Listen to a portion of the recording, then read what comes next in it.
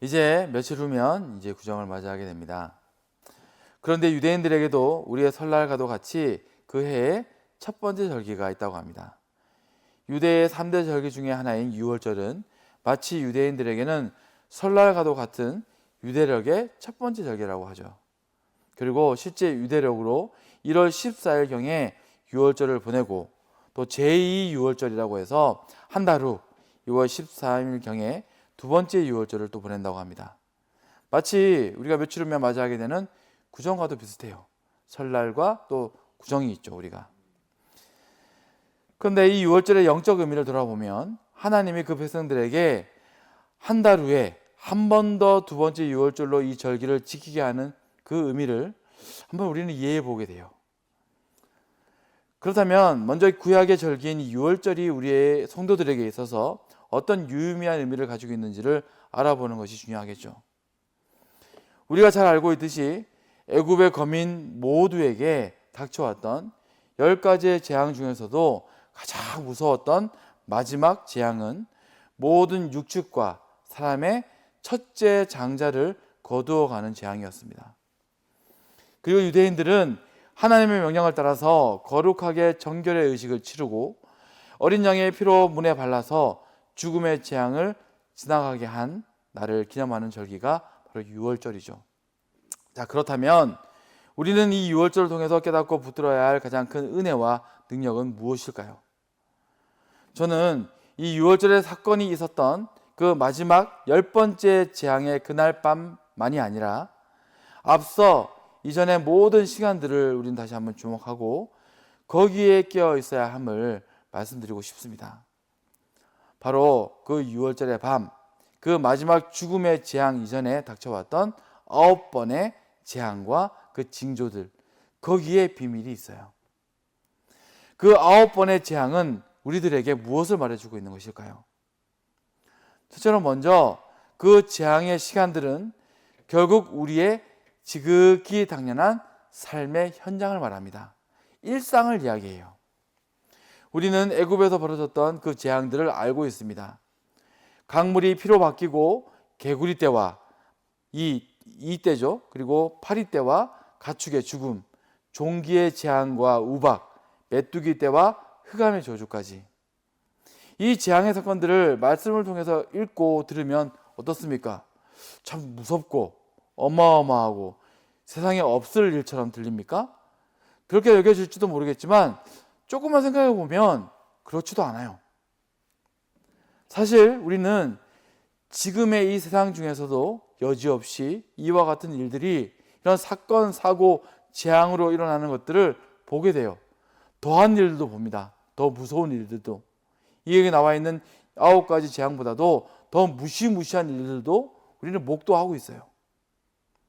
그 말은 이와 같은 환난은 분명 재앙이고 어려움은 맞지만 결국 우리의 일상 가운데 언제든지 갑자기 닥쳐올 수 있는 일인 것입니다. 그러니 우리는 깨어 있어야 돼요. 두려움이나 의심과 근심이 아니라 우리는 담대함으로 준비되어야 한다는 것입니다. 언제든 갑자기 닥쳐올 수 있는 고난의 사건과 어려움들에 놀라지 말고 우리의 삶으로 그것들을 끌어안고 이겨내야 한다는 거예요. 그렇게 우리가 그 모든 재앙과 어려움들 가운데 더 나아가서 이제 볼 수 있어야 되는 그 걸음은 무엇일까요? 우리 삶 가운데 닥쳐오는 재앙은 단지 환난과 저주만이 아니라 생명과 은혜의 기회인 것을 알아야 한다는 거죠. 말씀을 보면 애굽의 재앙을 내리실 때에 애굽의 왕인 바로에게 하나님은 그냥 그 재앙들을 내리지 않았습니다. 그럼 어떻게 하셨습니까? 출애굽기 7장 14절 말씀을 보면 여호와께서 모세에게 이르시되 바로의 마음이 완강하여 백성 보내기를 거절하는도다. 하나님은요 바로에게 처음에 먼저 수차례 경고하셨고 권면하세요. 하지만 그가 듣지 않았죠. 그리고 재앙을 일으키셨습니다. 허락하셨어요. 하나님은 먼저 바로에게 경고하셨고 그리고 재앙을 허락하셨습니다. 그리고 그 재앙은 그쳐지지 않았고요. 계속 이어집니다. 왜 계속 이어졌습니까? 마찬가지예요. 계속 이어지는 바로의 완강함과 또 잠시 위기를 넘기기 위한 그의 거짓말 때문에 재앙은 끝나질 않아요. 완강했고요. 잠깐은 두려움으로 하겠습니다 했다가 거짓말을 해요. 약속을 안 지켜요. 그 이유는 결국 무엇이었습니까? 그가 왜 그렇게 완강했고 왜 그렇게 거짓말을 남발했을까요? 바로 하나님을 경외하지 않는 그 안에 교만과 오만의 마음이 이유였어요. 그렇게 바로에게 이 9번의 재앙은 저주가 되었지 기회가 될 때 되지 못했습니다. 결국 바로의 죄와 악 때문에 이 재앙은 재앙이 된 거예요. 그렇게 이 유월절은 어떻게 특별한 은혜의 기회가 될 수 있는 것입니까? 그 기회를 붙드는 자, 재앙이 아니라 기회로 그것을 붙드는 자는 어떻게 붙들게 되는 것입니까? 유월절은 오직 앞선 모든 재앙의 순간에 구별되기를 작정하고 선택한 이들만이 누리는 결국의 은혜라고 말할 수 있어요. 성도는 어떤 사람이어야 합니까? 예전에 어떤 한 어린 학생이 이런 말을 한 적이 있어요. 질문을 한 적이 있는데, 한 번의 신앙 고백으로 구원되는 거면 평생 마음대로 살다가 마지막 죽기 전날에 예수님 믿습니다 하고 죽으면 되는 거 아닌가요? 그럼 좋지 않나요? 간단하잖아요. 그런 질문이었죠. 근데 그게 참으로 쉽지 않은 일임을 넘어서 불가한 일인 것을 우리는 잘 알고 있습니다. 먼저는 인생은 우리가 죽음의 때를 모르는 것도 이유겠지만 그 때를 안다 하더라도요, 우리의 마음, 인간의 마음이라는 것이요, 결코 그 마지막 한 번의 기회를 붙들지를 못해요.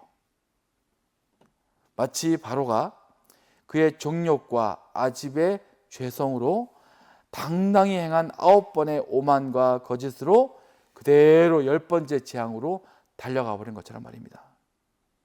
9번은 다 거절했다가 마지막은 아멘 할 수가 없다는 거예요.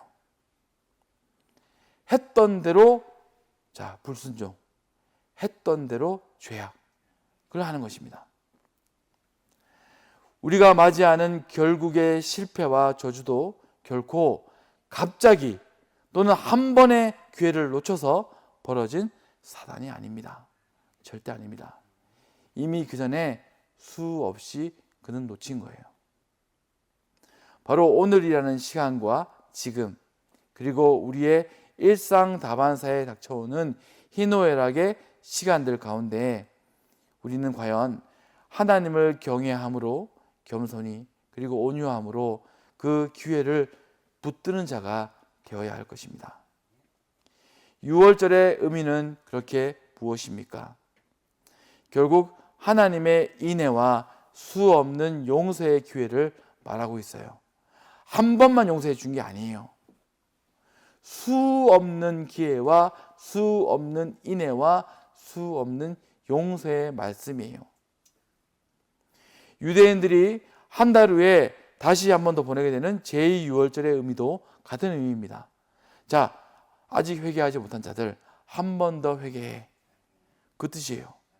자, 첫 번째 유월절에 네가 바로 제사 드리지 못했다면 지금이라도 한 번 더 회개의 제사를 드려. 하지만 어떻습니까?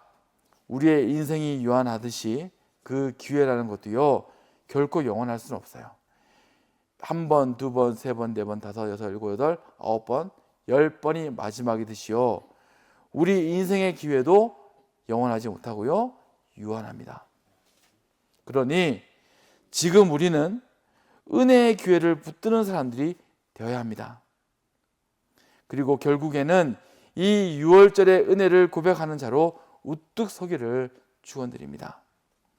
이 나라와 민족에게도 이 유월절의 은혜가 있기를 바라면서 말씀을 마치도록 하겠습니다.